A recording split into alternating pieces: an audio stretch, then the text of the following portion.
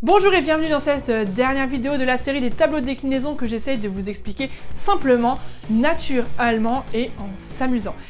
Peut-être que tu as déjà vu les vidéos précédentes où j'ai commencé à parler de ce tableau, où on l'a complété au fur et à mesure en donnant des exemples et en expliquant ça. Si tu ne les as pas encore vus, je t'invite à aller les voir maintenant parce que sinon tu vas rien comprendre à ce que je te dis. Et il y a des choses où je vais aller un peu trop vite si tu n'as pas vu les vidéos précédentes. Donc je te les mets là en lien, tu cliques dessus, tu les regardes dans l'ordre, il y a 1, 2, 3, 4, je sais plus. Mais tu regardes bien pour pouvoir suivre ce que je vais t'expliquer maintenant puisqu'on va parler du génitif, la dernière ligne de nos tableaux, et je vais te faire une révélation très importante en fin de vidéo.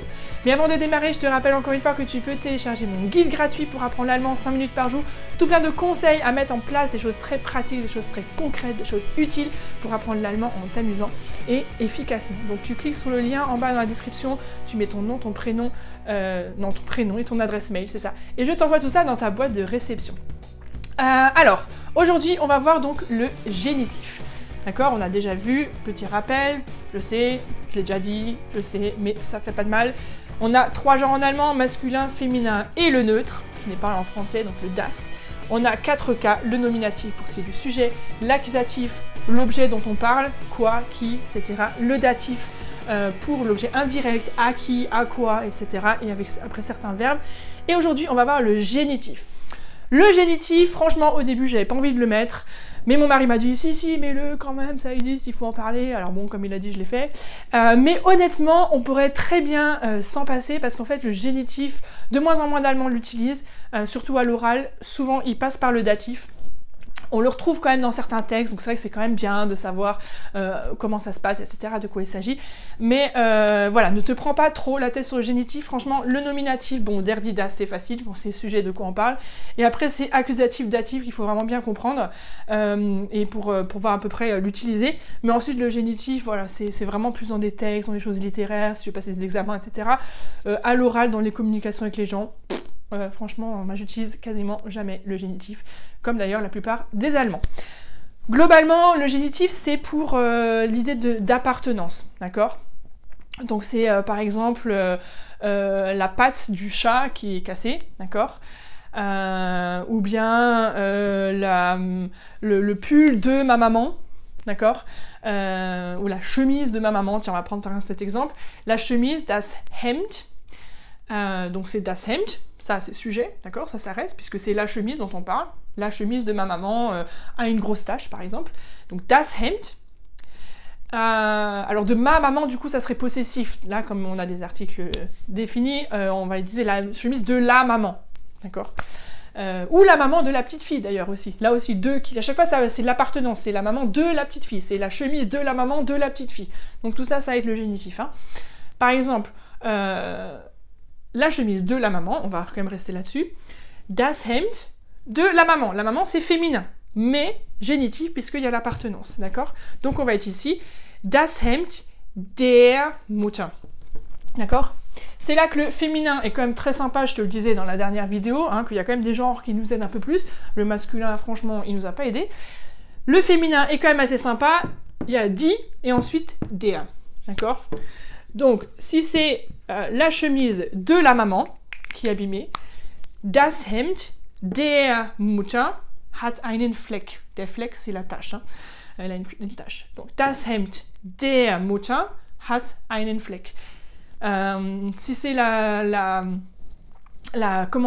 chemise de la vieille maman, ou de, je sais pas, ou la jolie maman, das Hemd der schönen Mutter, de la jolie maman, tu te rappelles, puisque hors de la casserole, il y a toujours des N, ça je t'en ai parlé dans les vidéos précédentes. Das Hemd der schönen Mutter hat einen Fleck. Donc le féminin, franchement, il est franchement cool avec nous. On a soit die, nominatif ou accusatif, soit der, au datif et génitif, d'accord? Maintenant, admettons que ce soit la chemise du père, cette fois-ci, qui a une tache, d'accord? Ce qui est cool quand même, à la décharge des masculins. Ce qui est cool, c'est que comme au datif, le masculin et le neutre reprennent la même marque, d'accord? Donc, par exemple, si c'est la chemise, das Hemd, du père, der Vater, c'est masculin, mais comme il y a une appartenance, c'est la chemise du père, donc on est au génitif. Et là, ça va être des. Parce que quand même, je vous l'avais dit la dernière fois, hein, les mecs, il fallait qu'ils nous saoulent, hein, donc à chaque truc, ils changent. D'accord? Non, mais ça, c'est les mecs, c'est comme ça. Hein. Masculin. Der, den, dem, oh tiens, des, bah oui, on l'avait pas encore fait celui-là, pourquoi pas. Hein. Donc, la chemise du père, das Hemd des Vaters. En plus, on va rajouter un S au nom. Non, mais ils sont complètement dingues. Hein. Das Hemd des Vaters. En plus, on rajoute un S au nom. Et ça, c'est pour l'adjectif. Hein. Pour ça, je te le mets en petit. Parce que ça, c'est la marque de l'adjectif qu'on a vu déjà dans les autres vidéos. Das Hemd des schönen Vaters. Pour ça, je te dis le génitif. On oublie. Parce que franchement, c'est prise de tête et ça sert à rien. Mais bon. Mon chéri, il a dit qu'il fallait que je le fasse. Alors, je le fais, je vous explique. C'est lui qui l'a voulu, hein, m'en voulez pas. Hein. Neutre. Génitif, si c'est la chemise de la petite fille, das Mädchen, das Hemd des kleinen Mädchens. Voilà, je te dis pas. Hein. Franchement, on peut s'en passer très très bien. Je vais t'expliquer pourquoi.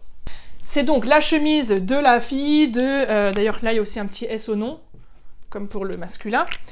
C'est la chemise de la fille, du père, de la mère, etc.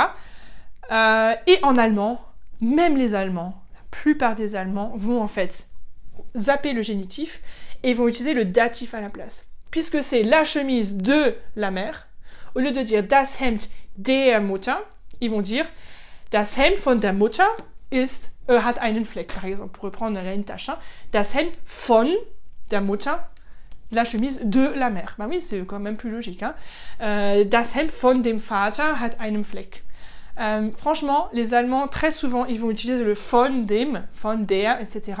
Donc en passant par le datif, avec von plus quelque chose, pour remplacer le génitif. D'ailleurs, il y a un livre qui est sorti à ce sujet qui dit « Der Dativ ist dem Genitiv sein Tod ». Der Dativ ist dem Genitiv sein Tod. Pour dire qu'en fait, le datif est la mort du génitif. Parce qu'en fait, les Allemands ont des tournures qui ne sont pas forcément grammaticalement parfaites, mais qui permettent de remplacer en fait le génitif. Donc, voilà, t'as compris. Hein. Quand même, pour compléter le tableau, qu'est-ce qui se passe au pluriel? Ben, le pluriel, il avait commencé facile, hein, avec die et des n à la fin. Là, il s'est dit, tiens, les autres font des trucs différents, moi aussi, donc je vais mettre un den. Et là, il s'est dit, oh, finalement, je pourrais me faire comme les filles, ça serait quand même plus simple. Comme les mecs, qui font pareil que le neutre, moi, je pourrais faire comme le féminin. Allez, hop, et donc là, tac, il se met avec le féminin. D'accord? Donc le pluriel, là, il a un peu déconné, hein, mais bon. Donc, si c'est la chemise des hommes, ou les chemises des hommes, die Hemde der Männer haben einen Fleck. Donc, toutes les chemises de tous les hommes ont une tache.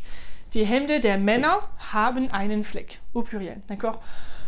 Bon, voilà, après, pareil, tu peux utiliser die Hemde von den Männern haben einen Fleck. Von den, ça marche très bien. Donc franchement, on peut zapper le génitif et s'occuper du datif.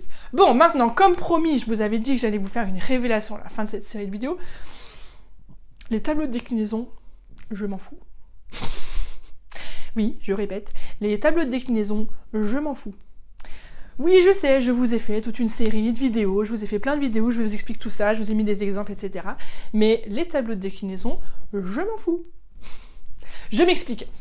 Bien sûr, si tu veux passer des examens, si tu as besoin d'apprendre l'allemand à l'école pour passer ton bac, si tu veux passer un examen en Allemagne, etc., tu as besoin de comprendre ça. Tu as besoin de savoir comment ça marche, tu as besoin de savoir l'utiliser, et c'est pour ça que j'ai voulu vous faire cette vidéo pour vous l'expliquer. Maintenant, si ton objectif, et moi c'est ce que je favorise, si ton objectif c'est simplement pouvoir aller en Allemagne, de pouvoir discuter avec les gens, de pouvoir voyager, de pouvoir parler avec eux et de pas être stressé à chaque fois de te dire « est-ce que c'est dem, der, accusatif, ouais, c'est compliqué ». Si ton objectif c'est juste de pouvoir parler avec les gens, de pouvoir voyager, de pouvoir être à l'aise dans les conversations, eh bien, franchement, les tableaux de déclinaison, on s'en fout. Bien sûr, dans des examens, surtout à l'écrit, etc., il faut pouvoir les maîtriser parce qu'il faut pouvoir bien les utiliser, parce que les fautes, ça se voit tout de suite à l'écrit, d'accord? Maintenant, si tu es dans une ambiance où tu es plutôt à vouloir parler avec des gens, avec des collègues de travail, quand tu vas avec des partenaires commerciaux, quand tu vas en Allemagne et tu vas au restaurant, tu veux pouvoir parler avec eux, si tu veux voyager, si tu veux aller voir tes amis, tu veux pouvoir discuter, communiquer, si tu es plus dans l'oral, les tableaux de déclinaison, on s'en fout. parce que déjà, si tu t'en occupes trop, tu vas te prendre la tête, du coup tu vas pas oser parler parce que tu vas toujours être en train de stresser, de te dire attends, est-ce que j'ai utilisé le bon, est-ce que si, est-ce que machin. Ensuite, tu vas en fait du coup oublier le plaisir de parler, tu vas avoir peur de te lancer et du coup tu ne vas pas progresser. Et en plus, même si tu ne maîtrises pas du tout ça, même si tu te trompes, même si tu dis dem ou di ou den ou der ou on s'en fout, que tu t'es trompé dans le choix de l'article, les Allemands vont comprendre ce que tu dis. Et comme tu es dans une optique où tu veux discuter, communiquer avec les gens, l'important c'est que tu te fasses comprendre. Admettons qu'il y a un touriste qui arrive en France, dans une boulangerie et qui dit « Bonjour, excusez-moi, je voudrais, s'il vous plaît, une croissant ». La boulangère, elle va pas lui dire « Ah non, excusez-moi, c'est un croissant, alors vous vous êtes trompé, je vous le donne pas ».